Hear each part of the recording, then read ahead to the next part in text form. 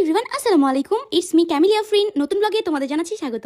আমি জানি তোমরা এই ব্লগটার জন্য অনেকে অপেক্ষা করছো। সো আমি চলে গেছিলাম পঞ্চগড় অডিটোরিয়াম। তোমরা তো জানো আমি এখন আসছি পঞ্চগড়ে। সো পঞ্চগড় অডিটোরিয়ামে গিয়ে যা যা করলাম তা আজকে এই ব্লগে তোমাদের মাঝখানে শেয়ার করব। আমি কিন্তু গাছ কিনেছিলাম। তো সর্বপ্রথম তোমাদেরকে দেখাই, সেটা হচ্ছে যে এই যে বড় একটা গাছ দেখতেছো, এই আম গাছটা দেখে আমি হাসতে হাসতে পাগল হয়ে গেছি। কারণ যে গাছটার বয়স হয়ে গেছে, কয়েকদিন পর গাছটা থেকে কাঠ বের হবে, ওই গাছটা পর্যন্ত তারা তুলে নিয়ে আসছে। যাই হোক, সেটা বড় কথা না। এর পরবর্তীতে আমি সব বাগানটা ঘুরে ঘুরে দেখতেছিলাম। অবশ্যই বাগানই বলা চলে, কারণ আমার কাছে মনে হচ্ছিল পুরোটা মিলে একটা বাগান। যাই হোক, এই যে ফুলটা দিছে, এটা কিন্তু ভাইবো না, সে আমাকে দিছে।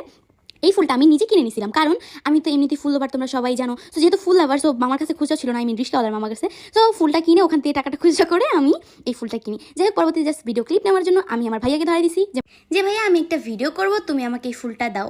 তারপরে ভাইয়াকে বললাম যে ভাইয়া এটা কী গাছ। ভাইয়া বলল যে এটা মালটা গাছ। তো ভাইয়া আমার সাথে যেহেতু আসছিল, ভাইয়া আসার মেন কারণ ছিল ভাইয়া আজকে ফুল গাছগুলো উভাবে, প্লাস ভাইয়া আজকে আমি যতগুলো গাছ কিনবো সেগুলো আমার বাসায় পৌঁছানো পর্যন্ত হেল্প করবে। এর মাঝখান দিয়ে আমি ভাইয়াকে দেখাচ্ছিলাম এই যে গ্যান্ডারি গাছটা। এই গ্যান্ডারি গাছটা দেখার পর আমি অবাক হয়েছি যে না, এখানে গ্যান্ডারি গাছও বিক্রি করতেছে। যাই হোক, আমি ভুলেই গেছিলাম এটা যে বৃক্ষ মেলা। গ্যান্ডারি গাছ থেকে কে যেন একটা গ্যান্ডারি কেটে ফেলছে। সো এটা দেখে আমার অনেক আফসোস লাগতেছিল। তারপর অনেক বেশি মজা করলাম। ওখান থেকে মজা করার পরে আমি দেখতে পাইলাম যে এখানে একটা ক্যাকটাস গাছ আছে। ক্যাকটাস গাছটা দেখার পরে আমার শত্রুর কথা খুব মনে পড়ছে, কারণ ওই গায়ে অনেক কাটা ছিল। ক্যাকটাস গাছটা যদি আমি শত্রুর গায়ের উপরে ফেলে দিতে পারতাম তাহলে হয়তো বা খুব শান্তি লাগতো। যাই হোক, এত কিছু না বলি, তার পরবর্তীতে চলে যাই। ওখানে আমি সব গাছগুলো দেখতেছিলাম, কিন্তু এখানে একটা গাছ আমার পছন্দ হয়। সেটা গাছটার নাম ছিল মাধবীলতা সামথিং, হ্যাঁ মাধবীলতা।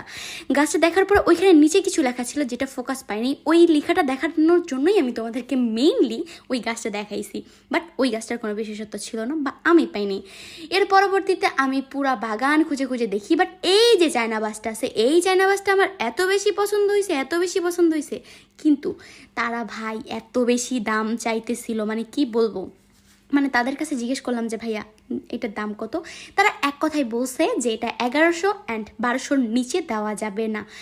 এরপরে অনেকক্ষণ খোঁজাখুঁজি করার পরে তাদেরকেও আমি বলি যে আসলে এর পরবর্তীতে আমি অন্য আরেকটা দোকানে যাই, ওখানে গিয়ে বলি। তারপরে তারা বলে 600 থেকে 700। আমি ভাবলাম যে পুরা আমি বৃক্ষ মেলাটা খুঁজে খুঁজে দেখি, যদি কোথাও কমে পাই। টাকা থাকলেই যে বেশি দামে নিতে হবে বিষয়টা কিন্তু এরকম না। টাকা থাকলে যদি কেউ সেভিং করতে চাও তাহলে আমার মতো একটু কিপটামি করে সেভিংস করতে পারো। এর পরবর্তীতে ফুলটা নিয়ে ঢং করতেছিলাম, কারণ ফুলটা নিয়েছিলাম ঢং করার জন্যই। আর মেয়ে মানুষ মানেই তো গসিপ। যাই হোক, বিষয়টা না। এর পরবর্তীতে একটা ফুল দেখছিলাম যে এই ফুলটার নাম নাকি মরিচ ফুল, বাট ফুলটা অনেক সুন্দর ছিল। গাছটা আমার পছন্দ হয়েছিল, আমি নিতে পারিনি। এটা রিজন ছিল গাছটা অনেক বড় ছিল, আর এটা নিয়ে যাওয়া আমার পক্ষে অসম্ভব ছিল। যাই হোক, এর ফাঁকে আমার ভাইয়া চলে গেছিলো বড়ব্বুর কাছে, কারণ বড়ব্বু ফোন দিছে, ভাইয়ার কাগজ পেপার সব কিছু রেখে আসছিল আমার ক্যামেরা ধরার জন্য।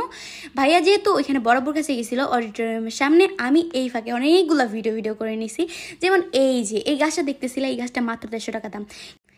এই যে দেখতেছো না আমার সামনে কয়েকটা ছোট ভাই গান শিখতেছে অ্যান্ড গান করতেছে, এই কাহিনীটা আমি তোমাদেরকে পরে বলতেছি। সো এই কাহিনীটা জানার জন্য ফুল ব্লগটা তোমরা দেখো অ্যান্ড খেয়াল রাখো। আর হ্যাঁ, আমার হেটার্সদের জন্য অনেক অনেক সুখবর আছে এই ব্লগের ভিতরে। যাই হোক, এর পরবর্তীতে একটা গাছ দেখতেছিলাম ছোট, ওইটাও আমার পছন্দ হয়ে যায়। এনে যে পিছনে দেখতেছো ছোট ভাইগুলো আসতেছে, ওরা এসে বলতেছিল যে আপু তুমি যে ভিডিওসটা করছো ওই ভিডিওসটা আমাদেরকে দাও। অ্যান্ড আমি ফাইনালি এই বাঁশ গাছটা এখান থেকে কিনি, তাও মাত্র 120 টাকায়। মানে বুঝো, কোথায় 600 700, কোথায় 120 টাকা। সো এর পরবর্তীতে আমি দিক দিয়ে হেঁটে হেঁটে আসতেছিলাম, সামনে দেখি একটা আচারওয়ালা মামা। সো মামার আচার দেখে আমি আর লোভ সামলাইতে পারলাম না, কারণ তোমরা জানো আমি টক অনেক বেশি পছন্দ করি। এর পরবর্তীতে আচার খাওয়ার পর আমি রিভিউ দিচ্ছিলাম, অনেক বেশি মজা। মানে ফাইনালি মানে আচারটা এত ভালো ছিল, এত ভালো ছিল। মামাকে থ্যাংক ইউ এত সুন্দর একটা আচার খাওয়ার জন্য। এখন তোমাদেরকে ওই কাহিনীটা বলি। এই যে দেখতেছো না আমি হেঁটে হেঁটে যাচ্ছি, এই পাশে কিন্তু ভূমি, যেহেতু মেলাটা পঞ্চগড় অডিটোরিয়ামে রাখছিল, সো ভূমির এই পাশ দিয়ে যাচ্ছিলাম মানে বাতাস খাওয়ার জন্য, কারণ এই পাশে অনেক বেশি গরম ছিল। ও হেঁটে হেঁটে যাচ্ছিলাম, অ্যান্ড এই পাশে অনেকগুলো গাছ পড়েছিল। আমি দেখাচ্ছিলাম যে দেখো গাছগুলো এখানে ফেলে রাখছে, বললো যে না গাছগুলো মরে গেছে। সো ওইখানে যেহেতু আমি হেঁটে হেঁটে যাচ্ছিলাম, হেঁটে যাওয়ার পরবর্তীতে ওই পাশে দেখি কে যেন গান করতেছে। তো পরে ভূমির ভিতরে গিয়ে দেখি আমার টিচার ছিল অ্যান্ড কিছু ফ্রেন্ড ছিল অ্যান্ড কিছু ছোটো ভাই ছিল। আমি কখনো ভাবতেও পারি নাই যে ভূমির ভিতরে গিয়ে আমি তাদেরকে দেখতে পাবো। এর পরবর্তীতে তাদের এখানে একটু গান করা হয় অ্যান্ড চলে আসি। এটাই ছিল সেদিনকার কাহিনী। অ্যান্ড হ্যাঁ, তোমরা কিন্তু চ্যানেলটা সাবস্ক্রাইব করতে কিন্তু ভুলবা না, এখনই চ্যানেলটা সাবস্ক্রাইব করে দাও। আর সবচেয়ে বড় বিষয়, এরপরে আমি যাই চা পয়েন্টে গিয়ে একটা লাচি খাই। অ্যান্ড আমার কাছে অনেক বেশি ভালো লাগছে, যেহেতু ভাইয়াকে মূল কারণ ছিল নিয়ে আসার যে আমার গাছটা উভানোর জন্য। সো ভাইয়া গাছটা উভাই নিয়ে আসছে। অ্যান্ড এখানে আমি টি দেখি, কারণ তোমরা সবাই জানো পঞ্চগড়ের চাও অনেক বেশি বিখ্যাত। চা পয়েন্টের চাগুলো অনেক বেশি ভালো ছিল। চা পয়েন্টে খাওয়ার পর ওখানে অনেক বেশি বৃষ্টি আসতেছিল, যে কারণে আমরা এখানে দাঁড়াইছিলাম। অ্যান্ড কিছুক্ষণ আটা দেওয়ার পর বৃষ্টি যখন কমে যায় ততক্ষণে অন্ধকার হয়ে গেছিলো, যেহেতু আমি বিকাল টাইমে বেরিয়েছি।